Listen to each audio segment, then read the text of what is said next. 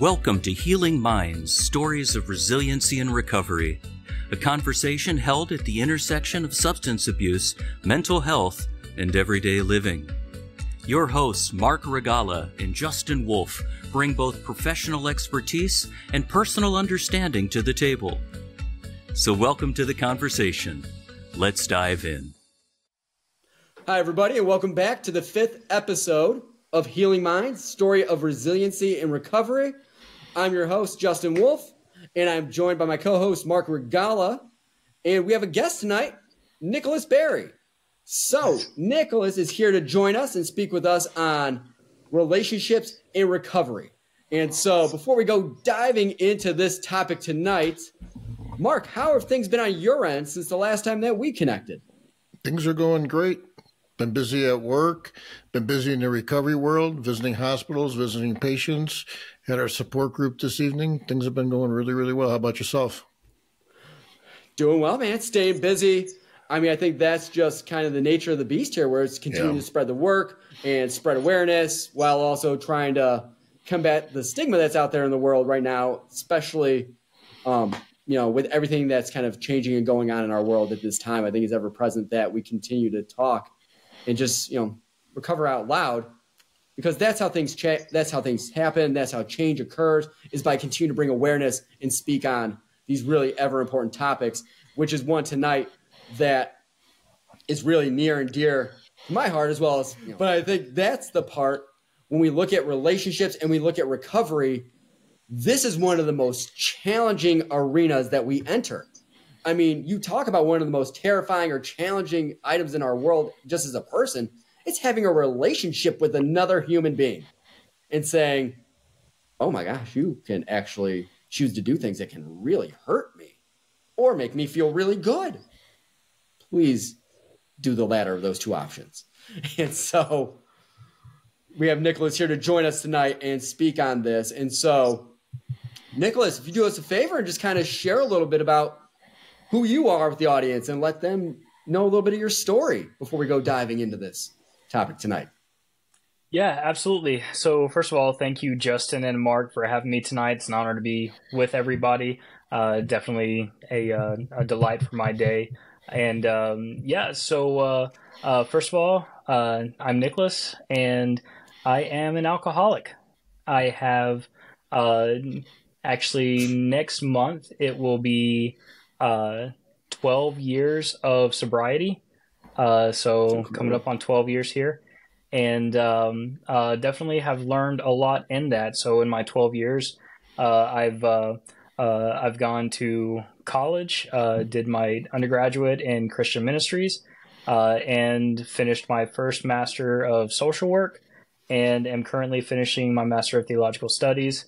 And in that time, I've done Celebrate Recovery. I've done different levels of pastoral care and counseling, a lot of faith-based social work, worked in homeless services, had a near homeless experience myself a few years ago.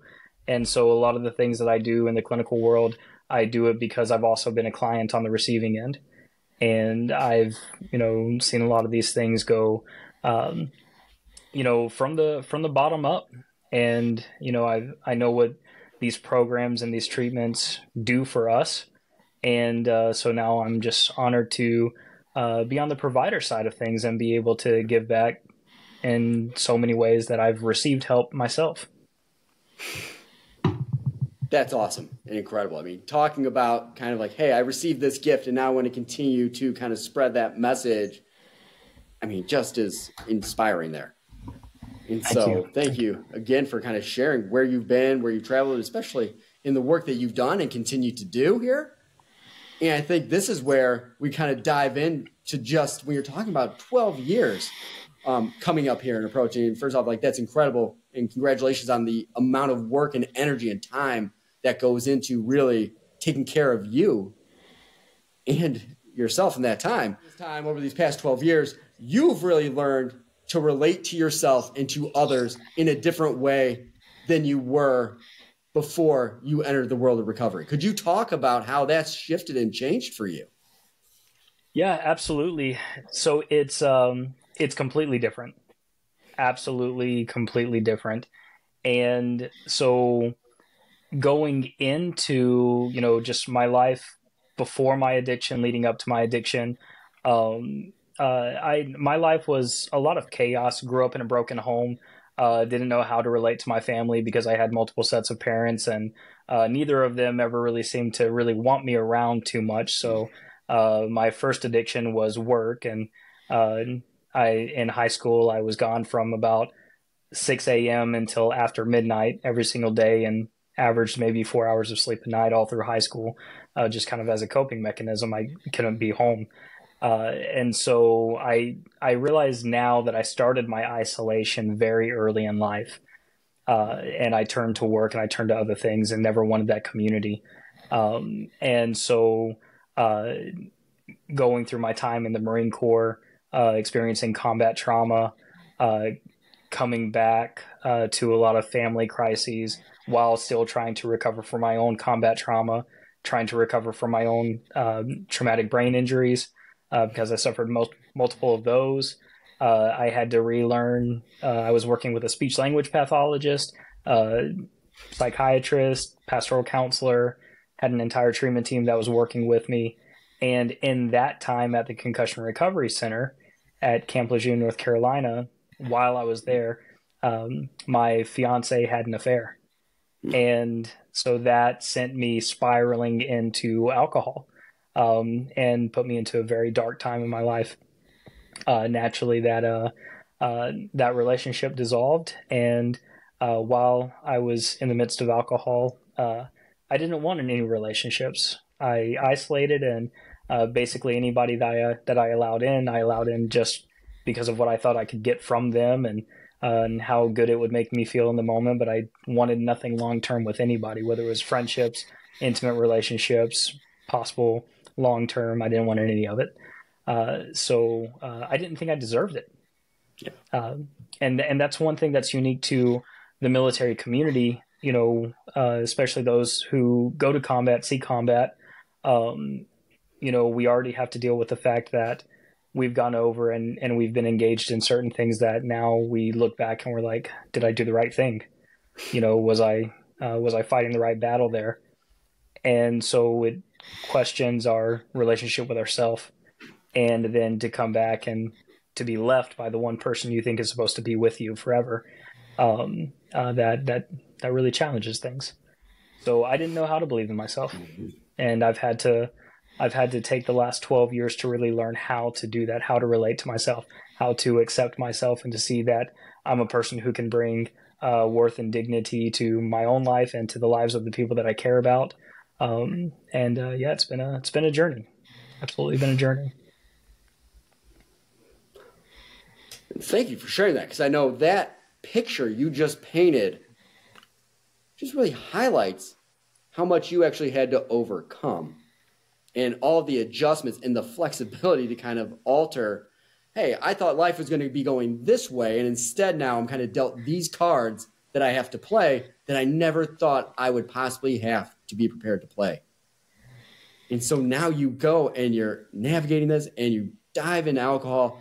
And I'm just wondering, while you're going through this, what about your own mental illness, your own emotional well-being? How are you attending to that during this time? Yeah, at that time, I kind of was, but I wasn't. If I was in any way, it wasn't because I was trying to. It was because it was just a product of being at the Concussion Recovery Center. And they worked me with a multidisciplinary team. I had 60 appointments a month that I was attending between physical therapy, occupational therapy, speech therapy, memory recovery. They had a pastoral counselor there that was on staff that I was working with, a team of 2 psychologists, 3 or 4 case managers, and it was just every day. I mean, it was a grind. And, for me, still being on active duty, but being at the Concussion Recovery Center, that just became my permanent duty station for a little bit. It was, you're given the list of appointments and you show up. And I didn't realize I was trying to focus on my mental health. I just thought it was all concussion recovery. And and I realized over time that I was learning some valuable lessons on how to see myself. But the reality was the recovery didn't even happen there. 60 appointments a month from May or June of 2011 through February of 2012. That was a long time that I spent in that. But even then I didn't recover. It wasn't until I was a few years down the road, and this happened probably 2014, when I was now out of active duty and I was in my undergraduate program. I was finishing my freshman year in undergraduate, and I flipped out while I was at school. And I, by the way, I was someone who also struggled with suicide back then. That was a big thing for me, suicidal ideations. And I had a breakdown right there in college, contemplating suicide. My professors got me to my primary care provider at the VA, and I had 3 mental health professionals tell me they couldn't help me in that moment. And finally, they sent me to the PTSD clinic at Jefferson Barracks in St. Louis. And I got paired up with a psychologist there who did cognitive processing therapy. And she took me through a 6-month clinic of cognitive processing therapy. And it was then that I realized that combat trauma was only the surface level. I had a ton of unresolved trauma from my childhood, from my upbringing, that was stemming from just mental, psychological, emotional, and physical abuse. And having to go from that into the Marine Corps, going to combat, losing friends, coming back and losing my only shot at a family. That was a lot of trauma in different areas of my life that I really had to work through. And so, I mean, this was, from 2011 through 2015 was really a breaking and rebuilding process for me. And it took a lot. It took a lot of effort. It took people being willing to keep me around in those times when I was impossible to live with, and them saying, I love you, so I'm going to tell you how it is, and you need help. And it took that. Absolutely took that. So Mike, a couple of things here. One, congratulations on, we said 12 years next month as far as sobriety goes. That's awesome. Thank you very much for your service. I really appreciate your service and everything that you've been through. Okay. So when you were talking about how you were drinking, was your mental health diagnosis undiagnosed at that time? Or did you have a sense that did you have a diagnosis, or did you have a sense that you were dealing with some depression and PTSD and things of that nature? So there was a tremendous stigma about PTSD when I was coming back from Afghanistan. And that came with a lot of lies that were told to us. Things that said, if you get diagnosed with PTSD, you'll never be employable. No one will ever want you. You'll never be able to own a gun. You won't be able to go hunting. You won't be able to do a lot of the sportsman's things that we enjoy as Marines, as infantrymen.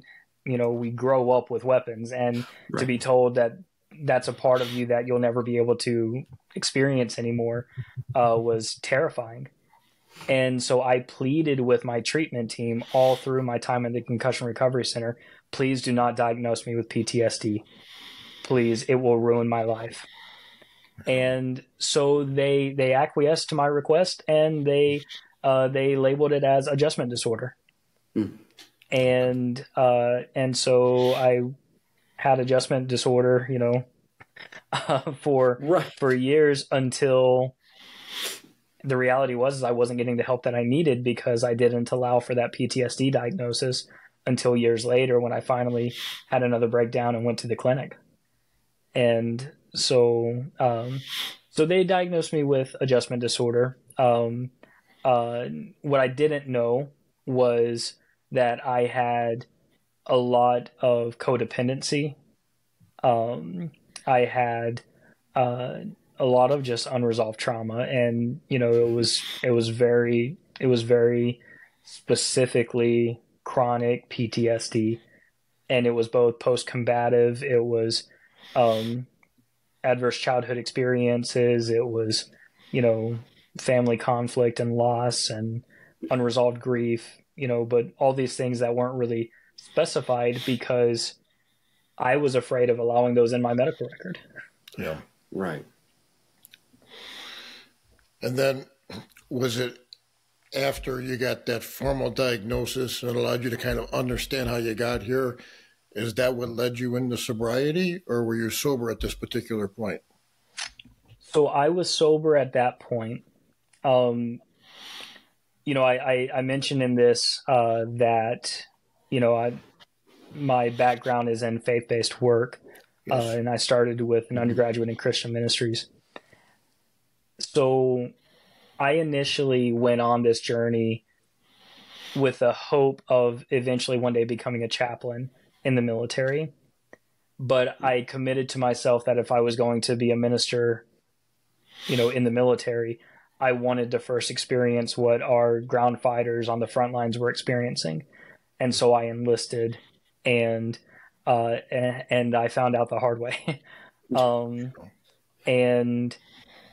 But I personally felt a connection to God, and felt like I had a purpose to minister to our hurting service members who saw action on the front line. And in my addiction, in my alcoholism, that opportunity was dwindling. And it was around Halloween 2011, where I was at a Halloween party in Baltimore, Maryland. We were at a bar, and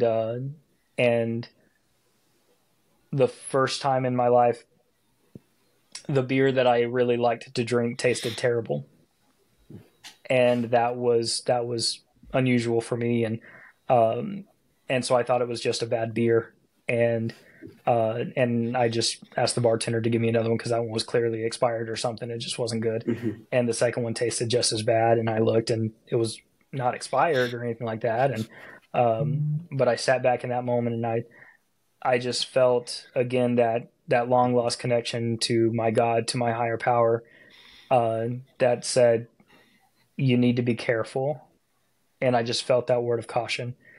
And so from there, I slowed down a little bit, and really for me, from there until January of 2012, I had a series of experiences, connecting with my God, with my higher power, that basically said, if you don't stop, you're going to kill yourself.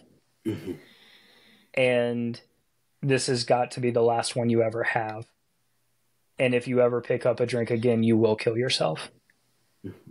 And that I heard very much so, I believe, in an audible voice from my God, that night at a bar in January 2012, that said, this has to be the last one. If you ever drink again, you'll die. And from that moment on, I believe it was fully the strength of God that allowed me to never pick up alcohol again. From there, now that alcohol was no longer in the picture, that freed me up to be able to acknowledge my mental health and to begin, working on myself, and to ask for help in ways that I didn't think I needed. Because prior to that, alcohol was how I was self-medicating with those issues. And what a big change that is, and just the way you were dealing with everything going on in your life, and the way in which you were relating to yourself, going from somebody who's like, hey, I'm just trying to disappear over here, be off the radar, to, hey, I see me here, and I need to do something about this, and I need to attend to what it is that I need. What do you think was kind of that push to really take that time, that energy, and that focus and devote it to yourself that supported you here? So this experience formalized what I've developed over time as my platform for spiritually integrated care. And that platform requires me to ask really three critical questions. There's five in all, but the three most critical ones are being able to answer, who am I? Why am I? And what am I doing? And that who am I is, who do I believe that I am? Who am I supposed to be? Who am I not? Who am I not supposed to be? Really identifying who I am in relationship to myself, to my God, to my community, to my significant others. Who am I really? And finally, without alcohol, I was able to identify that. But I had to be free of the alcohol to even be able to consider, what my relationship was supposed to be with anybody, including myself. And then that second question of why am I dealt directly with what did I believe was my purpose in life. And if my purpose in life was to be a chaplain, to be, a therapist, to be, a minister, then I had to be clear-headed enough to do that. I had to be in a place where I could actually help people and not commiserate with people. And so remembering who I was and who I was supposed to be as that chaplain, as that minister, as that therapist, that was my initial motivator. And then realizing what my purpose was to be able to help people instead of commiserate, that took the focus away from myself. And I was able to say, look, I've got to do this for people. I need connection with people to heal, and I need to use that connection with people to be able to help other people in the future. I knew I couldn't help people then and there, but I knew I would get there. And then what am I doing? Very clearly that was every single day. And it started out, it had to be every single day. What am I doing? I'm not drinking. I'm not going to go to that party. I'm not going to go out and get stupid drunk anymore. I'm going to actively change my crowd. I'm going to start spending time around the people who can positively influence me. And it was just very practical as that, I'm not going to go get beer from the PX on Tuesday, just very practical. I mean, what a dramatic shift in your relationship that you started really attending to yourself and your own needs and thinking about, hey, what is it that I need if I were to kind of offer that to somebody I really care about? And really, you kind of talk about from the beginning of all this, your journey of saying, hey, I'm just trying to disappear. I'm trying to avoid. I'm not deserving of this. There's no real strong connection and attachment to, being in the active addiction and really just not being interested in having or building that foundation in the relationship to now getting to a place where you're building that with yourself. And I wonder how that played a role in the relationship that you have with your significant other at this time. Yeah. So it was, first of all, I had to give grace in my relationships with my family. I held a pretty significant disdain towards my family of origin growing up. And I had to realize that they were just people. And what that looked like was I took time to ask them, what happened in your childhood? How did you grow up? And I heard their stories of mental and psychological and emotional abuse, their stories of physical abuse. And I realized that really the abuse that I suffered in my own childhood was actually nothing compared to the abuse that they experienced. So as bad as it was for me, that was their best attempt at giving me a better life. And so that gave me the opportunity for grace. And from grace, I identified, safe people that I could just be open and honest with, that wouldn't want certain things from me that I wasn't okay to give. And I changed the way I looked at relationships or potential relationships with women with the opposite sex.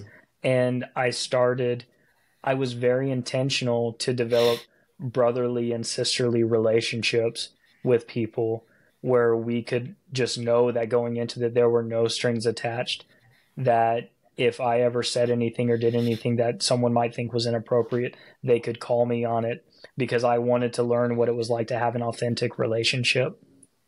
And that took a lot of trial and error. But I submitted myself into these relationships where I gave women a certain level of authority over my life to tell me, I don't feel safe, or I feel uncomfortable, or you're doing too much. You're trying to be too much, and I don't need you to be all that. And after essentially, 9.5, 10 years of trial and error and making a lot of mistakes, I met the woman who is my wife now, and we met serving together, at a church and a ministry, and actually I built a relationship first with her parents as my accountability partners, and so they knew my deepest and darkest, and was able to build that relationship with them, and eventually I had nothing to hide. I had no reason for shame when I started building my relationship with the woman that is now my wife. And so it was just beautiful, because when everyone knows your deepest and darkest already, what do you have to hide? Right. It gives you nothing but reason for authenticity, and it's amazing. Incredible. I mean, the amount of emotional vulnerability. I think you're spot on, right? It's like, I think taking that risk and saying, hey, I'm going to put my trust in this other person, let alone her family, and say, now you know everything there is to know about me. And I always associate emotional vulnerability with being just like physically naked. You can see everything here, all my flaws, those things I try to cover up. I can mask really well, but now it's here. You see it. And these people didn't turn and run. Instead, they embraced you. They opened their arms to you and supported you. And then going and asking for their daughter, what an incredible change that you made. I was originally told no. I was originally told no, but then I spent the next year really proving myself, and it was worth it. That's something that we miss out on a lot right now. We have an experience and we take a risk, and someone tells us no, and we think, I'm good for nothing. I'm worthless. I could never amount to something. Here I am taking a risk on a potential relationship, and it blows up in my face. But the reality was I had to see through what was going on in that moment and be able to accept the fact that the answer was no, because at that time I maybe wasn't ready. And so I had to ask myself, am I going to hold true to this commitment that I've made with this man and this woman as my accountability, as people who are still going to look at me and see the best in me, acknowledge the worst in me, and help me improve the worst in me? And so I devoted myself to maintaining those relationships. I didn't run and hide. I wanted to run. Yeah. I wanted to run. I wanted to disappear again. There I was at a huge risk of starting back over. But something in me, and I attributed this again to my relationship with my higher power, but something in me said, no, this is the time. Yeah. And so I spent a year working hard to prove myself and to show that I was fully that transformed individual. And now we have 2.5 wonderful years of marriage, and my in-laws live with us now. We bought a house, and the in-laws live with us, so it's great. It's like literally bringing the accountability closer to the house. It's in the house. Here we go. Absolutely. We have a multi-generational household, and it really is great, though. But it started because I took that risk on open authenticity and accountability, and it's made all the difference. Right. Now, and just recognizing that, hey, like, just because there's been all this work that we've done on ourselves, like those old thoughts and those old habits and desires still pop their head up every now and then. And if we don't check it, it could really lead us going back down that path. Like you said, like, hey, there's something bigger out there than myself that kind of really kind of guided and directed me in my time of need there. And you tuned into that, which is big, which is huge, especially when looking at, hey, now you're telling me I got to work for this. Come on. Like, I would prefer if things just came easy. I know that's just me. and being willing to kind of take those steps to really show this relationship is important enough for me to put my own stuff aside, lay my ego over here, and really say, I value this. I mean, that is such a shift when we talk about like living that life of recovery is really leading one of meaning and purpose, which I believe aligns perfectly and beautifully with your spirituality integrated counseling in terms of finding who is that person I want to be showing up for and showing up as in this relationship with my significant other, with my family members, with their family. Where do you see the biggest changes in your own personal life in that arena? I can accept criticism where I couldn't before. Criticism used to be that positive reinforcement of negative beliefs, where I thought that I had to be perfect all the time. And so someone critiquing me meant that I wasn't perfect, which meant that I wasn't acceptable, which meant that I wasn't worth anything, and I might as well not even try. But now, because I've opened myself up to these vulnerable relationships and given people access to critique me, now when my wife or my mother-in-law or my father-in-law, they sit with me and they say, hey, I want to talk to you about something that that I felt from your actions or your words or your behaviors and how those have negatively impacted me, and I receive that criticism. I now see it as an invitation to become that person that I'm really supposed to be. It's a formative invitation instead of a negative critique. Right. Hey, this isn't an attack. This is saying, hey, I see something in you that isn't coming to the surface that I know is there. Let's help kind of guide and direct and bring that out.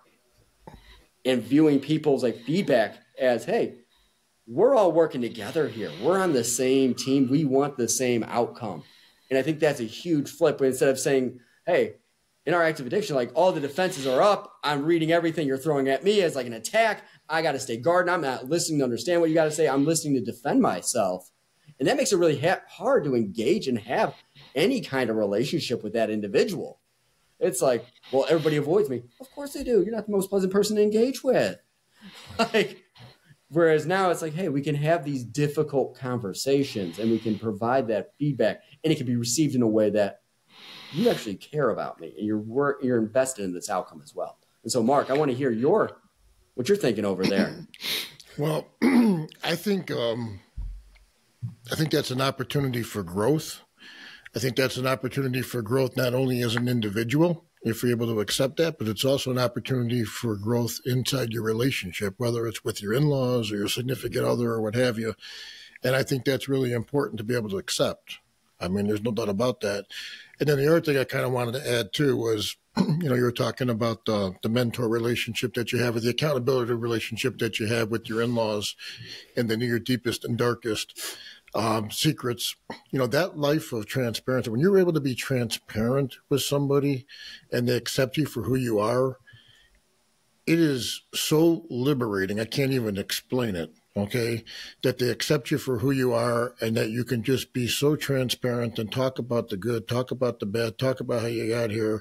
And that in itself is healing.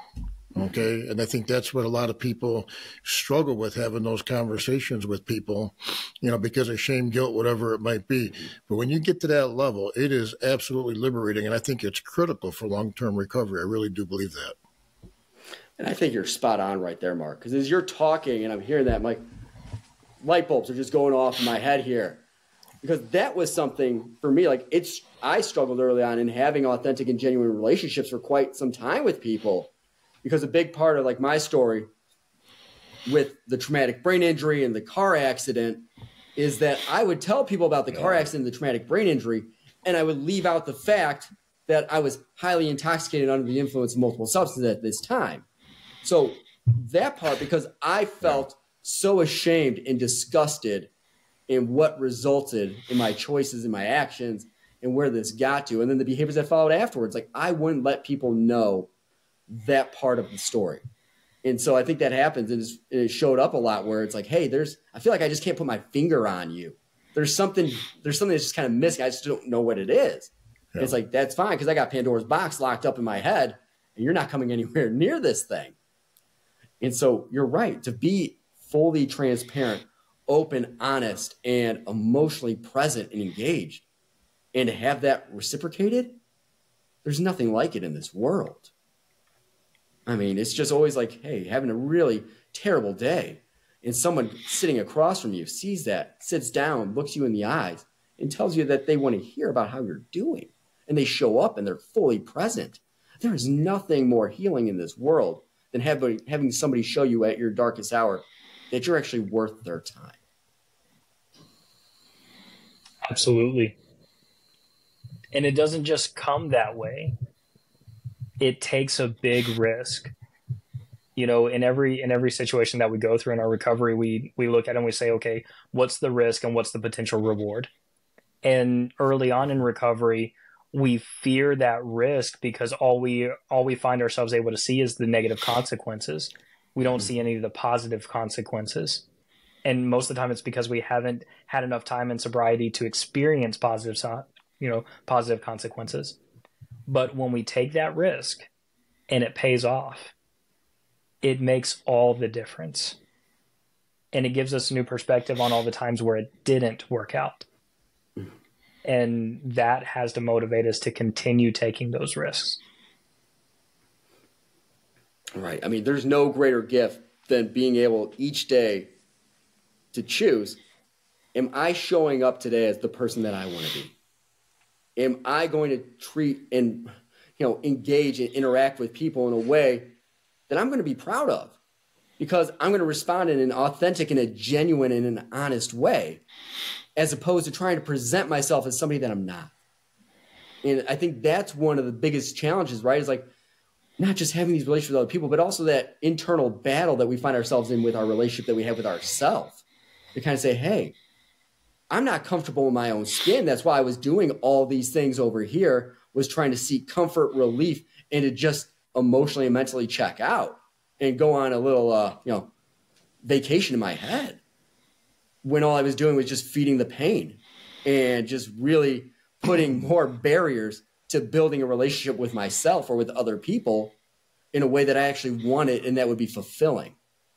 And I think that's where a lot of us find is like, I just feel I just got to get away from this, as opposed to learning that, hey, this relationship that I'm building with myself is going to take time. It's not going to be smooth all the time. And knowing that when it's not smooth, how do I show up for myself in a way that shows that I care about the outcome of this story? I want to be present. I want to be engaged, just like I would show up for somebody else. Because a lot of times we'll feel like other people are worth it. They're more deserving. They're playing by a different set of rules than the ones that we are playing with. And it's kind of what you were saying earlier, Mark, where it's like, hey, we are our own worst critic, and we talk to ourselves more than anybody else in this world. Yep. The other thing I want to say, too, and I don't think we talk about this enough during this podcast, but Nicholas mentioned it a few times, his relationship with this higher power. Mm-hmm. And, it took a lot. I mean, we start talking about relationships. That's probably the most important relationship. And it took a long time for me to have a relationship with my higher power. But when you have that relationship with your higher power, it allows you, at least from my perspective, it allowed me to live that life of transparency and be able to be open and honest, because I knew no matter what I said, okay, I have faith that things were going to work out, whether it was in a relationship, by talking about my past, or even a relationship with an employer, whatever it might be. Okay. That helped me become more comfortable in my skin too, if that makes sense. Absolutely. No, and I'm glad you brought that up because I agree. That is a critical relationship. And Mark, if you want to kind of share with the audience a little bit about what that journey was like for you to kind of build that relationship with your higher power. Yeah, I mean, it took a little while, that's for sure. I mean, grew up Catholic and I had a disconnect to the Catholic Church. But to be perfectly honest with you, I myself actually had a traumatic brain injury. I was involved in a serious car accident, just like Justin was involved in a serious car accident as well. I had major head injuries. My brain swelled out as opposed to swelling in. I woke up on a ventilator. And there were some things that I saw. I don't know if it was a dream. I don't know if it wasn't a dream. Okay. But I saw some things. Okay. When I heard the panic in the nurse's voice above my right shoulder, my blood pressure was falling and so forth. And when I woke up, I thought it was a dream. I realized it wasn't a dream quick because I had the tube down my throat and I saw the drop ceiling above me. But it allowed me to become a believer, that there is something out there besides just our human form on earth. Let's just put it that way. And I actually started to explore different churches and happened to find a church that actually just spoke to me at a level that I can understand. I, too, got involved in recovery, Celebrate Recovery, that Nicholas actually referred to earlier. But I was very diversified in my approach. I mean, I did Celebrate Recovery. I did AA. I did support groups. I mean, I was on this quest for knowledge and was kind of doing a little bit of everything. Okay. But, there was just things that happened. I can't explain it. I mean, one of the things that happened was a conversation with my sponsor, and I alluded to it earlier, Justin. Okay. The gentleman, I was sober, and the gentleman passed away of a heart attack, okay, like literally within 12 hours of us actually chairing an AA meeting together. And we walked out of this AA meeting that we just got done chairing. We're walking to our cars. And for whatever reason, he made this comment to me, and he never spoke like this to me before. He says, Mark, he goes, I don't know how many people I'm responsible in getting sober in DuPage County. Could be hundreds, could be thousands, could be tons of thousands, because you kind of get that family tree. One person gets sober, that one person gets 5 people sober, and so forth. He goes, but as I'm walking to my car here and I'm talking to you, he goes, I can't name one situation where I've actually seen somebody actually get sober and live a life of long-term recovery without getting more spiritual, without finding their higher power. And I'm like, man, that's kind of a weird comment for him to say. He never really spoke like that for me before. Said goodbye to him. It was about a week before Christmas. So it was about this time. Said goodbye to him that evening, thinking, okay, we're going to chair a meeting probably on Saturday together. I get a phone call at like 10, 11 o'clock the next morning. He passed away of a heart attack. That was the last thing he said to me. To me, that was a sign. Yeah. So just little signs, if you're cognitive of that and you have that relationship, you recognize those things. Mm-hmm. I'll never forget that. Right. Like there was a reason why that conversation happened that night. At that particular time, less than 12 hours before he passed away, a statement had to be made because I was going to kind of carry the torch forward in his memory, but I didn't realize it at that particular time. Right. No, and I think that is such a key component. It's not just ironic that we have Nicholas here with us tonight and kind of his experience and what he's pursued, because when we kind of look at our stories in the room and all of us here having sustained a traumatic brain injury, I always look at kind of like that night that happened, October 10th, 2004 for me. And I look at that and the fact, and I have these pictures of the car that I was driving that night and just see what's left of this car, knowing that I didn't have a seatbelt on and that they found me in the backseat of my car. I'd been thrown back there, apparently. That, hey, there's more reasons why I can just speak for myself, why I should not be here versus the fact that I am here. And that tells me with all those other variables going on at that time, that I just personally believe that it wasn't a matter of luck. Like I just happened to get lucky that things broke my way that evening. Oh, God, no, because of the resentment that I carry towards myself, God for letting this happen, my ego running wild, like how dare this? And I think that was one of the biggest gifts that kind of came from all of this was the fact that you learn, if you're willing and open to really saying, hey, this world doesn't revolve around you. And I used to be like, here's me, here's the world. Yeah. And that's not how this works. And I think that higher power, the spirituality aspect of it gives us that to say, hey, I don't have to have every single answer in the world, and I can kind of always turn to something greater than myself that can kind of show me the way at these times where I might feel like I need direction. I mean, at the time I went to so I know my date, February 17, 2019. So that was it, so it's coming up on five years. But the thing about that is, at the time it happened, I thought it was the worst possible day. Mm-hmm. Okay. I mean, I'm getting arrested for the first time for a DUI, have this major head injury, couldn't drive for a period of time, lost my job because it was in the newspapers, and a very well-paying job in the insurance industry.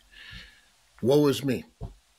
I look back at it right now, that particular day catapulted me into recovery because everything had to happen for a specific reason. I needed the time off of work. I needed to get out of the south side of Chicago, which is my territory. I couldn't drive, so I couldn't just get in my car and drive to the south side of Chicago to pick up drugs or what have you. And I had to heal from all my injuries from my car accident. I mean, that had to happen at that particular time for me to be sitting here today. Yeah. It's just look at all these. Go ahead. Sorry. No, you, man. No, I look back at it. It's like, and I've said this before in our meetings, Justin, it's like literally like, I kind of feel like my higher power is played chess above. This had to move. This move had to be made. This move had to be made. This move had to be made. You had to be introduced to this person and that person for me to be sitting here today. And it's like every single move that was made happened for a reason. But you don't realize it when you're going through it at that particular time. You realize it after the fact when you're of sound mind, living in recovery, like, oh, yeah, that's the reason why that happened. The aha moment, if you will. Mm-hmm. No, exactly. And I think that's where that relationship aspect that really comes to the forefront here, saying, hey, we're learning how to really engage with ourselves in a different manner in which we were engaging with ourselves when we were out there actively using. And we have to, right? Like doing the same thing, but expecting different results. Like that's the insanity of it all. Like I'm just going to change this small little thing. Nothing else has got to look different. And it's a setup. And I think one of the biggest changes that we do and that we put into place for ourselves is that we learn, hey, I actually need to have boundaries for myself here. And in my relationships, in what I choose to engage in. And so, Nicholas, you want to talk a little bit about those boundaries that you learned were really important for you to be having to really propel your recovery, man? Yeah, absolutely. This is where a lot of my codependency really showed its ugly face. Was I thought that in order for someone to be my friend or for me to be someone's friend, I had to be their first person, the person that they always called, the first person that they always looked to. I felt like I actually had to be the savior in every situation. I felt like I had to be, the person that was always there to rescue everybody, and that everybody in turn really had to be at my every beck and call. And it really took a long list of people, really that weren't of any relation to one another. My journey took me through, Georgia, North Carolina, St. Louis, and ultimately up here to the Chicagoland area. And so there were people in every state that would just tell me things like, look, you don't always need to be around me. I don't always have to be around you. There's a difference. They taught me that there's a difference between me saying, hey, how you doing? What's going on? And me reaching out every day saying, what are you doing? Where are you? What's going on? And so by them holding me at boundaries, I started to realize, okay, so people with relatively solid mental health statuses want me to respect their boundaries. And so I kind of started to build mine in like a mirror image and realizing that maybe if they held boundaries, maybe I should too. And so I started kind of attempting it in different relationships before I even understood what I was doing or what the boundaries really should be or how to really set the boundaries. And so again, that was a lot of trial and error, but eventually it went from, I kind of went through the see one, do one, teach one, process of establishing boundaries in my life. I saw my friends and my significant others establishing boundaries, and then so I attempted it for myself, and then eventually I gained a certain level of understanding and was able to, start applying that in therapy and different things. But really the big thing was understanding that nobody else is responsible for my decisions, and I'm never going to be responsible for anyone else's decisions. And so having the boundary set up that allows us to act and live individually, autonomously, was a big one. And so, and from that, I learned, I don't have to talk to people all day, every day. People who love me will love me at 3 o'clock in the morning, at noonday, at 10 o'clock, and they will love me even without texting me 24/7, and so I had to start by respecting other people's boundaries. And that's really where I started to learn it. I think that's a big point there, where it's like, hey, like if I don't know what boundaries are and what they're supposed to look like, because these boundaries that I've been holding, like, hey, like I felt like whenever I need to reach out to somebody, like they better be ready there. And how dare you not respond to my text message within 30 seconds? Like, are you not holding your phone in your hand, waiting for me to send this or call? God forbid I go to voicemail, right? I think those are things that, like, hey, that's putting a lot of stress and a lot of pressure in a way that's not really helping this and really feeding more of what I don't want. That's like, hey, like to have these healthy boundaries that perhaps never were modeled or displayed or taught, because they're not taught in a classroom. Like, hey, here, we're having boundaries class today. We're in chapter 1. Like, that doesn't happen. It's going to be, I'm seeing people have relationships that I want to be having in my life in a way in which seems fulfilling and meaningful. And I want to experience that as well.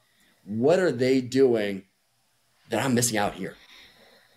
And how do I go in a way that sets this up in a way for me to be successful? Because I know that early on was one of the biggest challenges that I experienced, because it was always about going out. We're going out tonight.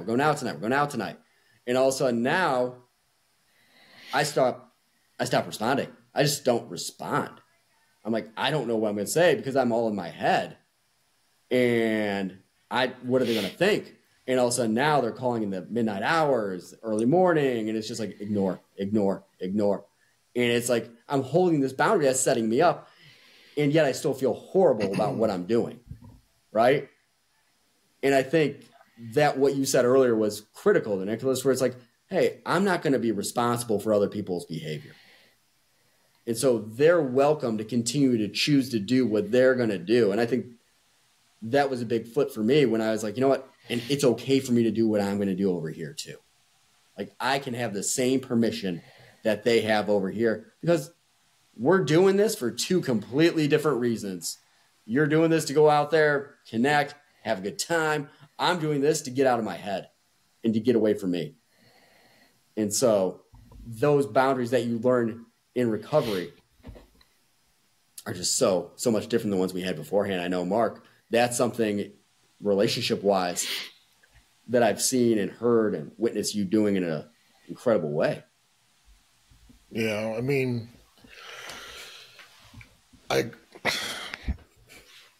Mark doesn't like when I put him on the spot like this. No, it's a work in progress for me. I'm not going to lie. It's an area that I need to get better in. We've talked about this. I mean, I think that people do have a right to do whatever they want, just like I do. But, I also have a right to disassociate with them too if I think that their lifestyle doesn't mirror my lifestyle and it puts me at jeopardy and a potential relapse. And I think that's important to understand in recovery. right? So there had to be some adjustments there for sure.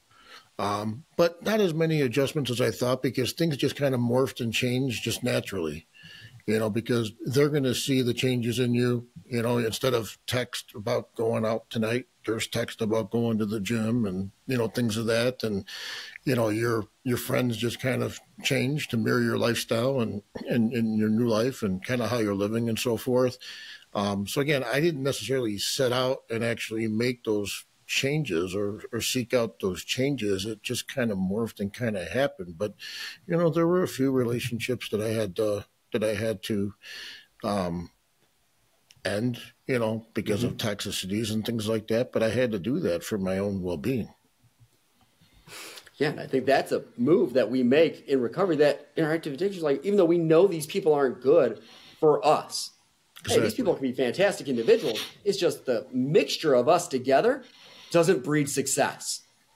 And so having those conversations and being honest and upfront, as gut-wrenching and as difficult as it is, because I know that was kind of what you were saying there, Mark, like a big part of what I had to do is I had to distance myself from my usual group and disappear. And all of a sudden now it's like, hey, I love you as a person, and that doesn't mean that us together really is going to be good for me. And sometimes it comes full circle. That happens. And then all of a sudden they come back and say, you know what, I kind of want what you have. Mm-hmm. Are you willing to work with me? Are you willing to help me? Are you willing to give me guidance? What did you do? And that's happened quite a bit as well, as people grow and mature and want changes in their life as well. Exactly. And I think that's just kind of saying, hey, if this is what they're doing and this is the life that they're leading, I want what they got. They're showing up authentically. They're being genuine. They're being real. They're a real person, as opposed to somebody putting on an act, pretending to be somebody or something. And you can connect with somebody when they're real. But when they're being inauthentic and disingenuine, it's really hard to feel like I can trust that other person. And so I think that's where, Mark, you were kind of sharing, like, the relationships that have really kind of evolved with people reaching out to you and talking to you and seeing the work and the changes that you've made in your own personal life and saying, hey, kind of want what that guy's got. Yeah, and it's really amazing because, obviously I did it for myself, but people see the changes, man. They see changes on your pictures on Facebook, and they see changes in your physical appearance and in your skin, and you actually look like you're cognizant of what's going on around you, and it's unbelievable. Sometimes how people reach out, whether it's through Messenger or by text and asking for help, and of course that's what we do, so you're not gonna turn a blind eye. You're definitely gonna help them and try to get them on the right path. But I think that's what's opened up my eyes so much is, the connections to people that I had relationships in the past, whether it was a previous employer or whether it was an old high school acquaintance that I really wouldn't even call a friend, and how now we've actually become friends like 30 plus years after, because, I've, tried to help them and kind of get them on the right path and put them part of my accountability group on the text, with the gym and things like that. Like I said, I went to my 30th high school reunion last October, not this past October that we just had, but 2 Octobers ago. And it was the weirdest thing because, I knew just about everything that was going on in people's personal lives, because in one way, shape, or form, they've reached out to me either about themselves, their spouse, or their adult child in the household. And again, I didn't seek out that. They sought out me because of some of the posts that I post, and I did set up a recovery page on Facebook.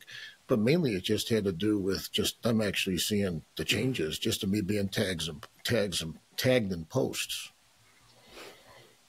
And that's big, because it's like, look at the work that he's putting into himself, and that he's capable of doing as well. And I think that's when we're talking about relationships and just like how these change from active use to leading a life of recovery, and what is so different, and not just the way that we respond to other people, whether it's family members, significant others, people in our community.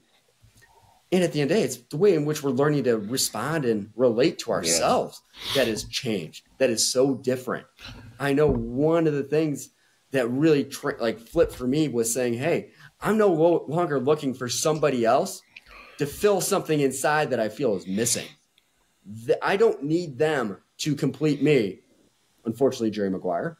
But what I'm looking for is somebody who I can be genuine, authentic, and show the good side, show the bad side, and feel safe enough that this person isn't going to run. And that's huge in order of not saying there's something wrong about me that I need somebody else to come in here and fix, which I feel like what feeds a lot of those unhealthy attachment and relationship patterns that we tend to find ourselves in a lot of times. Yeah. And so, guys, I feel like this was an incredible conversation. It was great knowing that we all here have sustained a traumatic brain injury. The TBI trio, I'll just call it kind that. of ironic, that's for sure. Yeah. I mean, the fact that we're able to be here today and joke about it, as opposed to kind of being in a place where, like, I remember the early days of that and not being able to remember, like, what day it was and pretty much presenting, like you've heard me say before, Mark, like I was Drew Barrymore in 50 First Dates. So, I mean, I think that's just one of the biggest challenges that we kind of talked about tonight and navigating. And I just think it's so important for us to really kind of leave it with just saying, hey, we can't be perfect in relationships. That in and of itself is setting it up to not be ineffective in a healthy relationship. What we're talking about when we talk about healthy and, you know, a really sustainable relationship and recovery is having one where we can be genuine, authentic, and have a foundation of trust present so that we can show up as ourselves to be fully present and engaged with whoever our partner is, whether it's family, friends, or significant other, and just how much that comes out of that healthier attachment connection that we have and form with ourselves. And so I just want to think that this conversation we had tonight leads beautifully into what our next podcast is going to be about when we're discussing and diving into really finding a sense of purpose in recovery. And so Nicholas and Mark, as always, gentlemen, appreciate your time, your wisdom, and your insight. And thank you again for this evening. And thank you, everybody, for tuning in, and we will catch you next time. Thanks for joining us today on Healing Minds, Stories of Resiliency and Recovery. If you're on the journey to find guidance and insights, subscribe now wherever you find your podcasts. Healing Minds, Stories of Resiliency and Recovery is an educational resource, not a substitute for medical or therapeutic advice. The opinions expressed by the hosts and their guests are not necessarily those of NAMI DuPage. Go to namidupage.org/podcast for links to past episodes, show notes, and to submit a question or topic ideas for a future episode. Until next time, be well.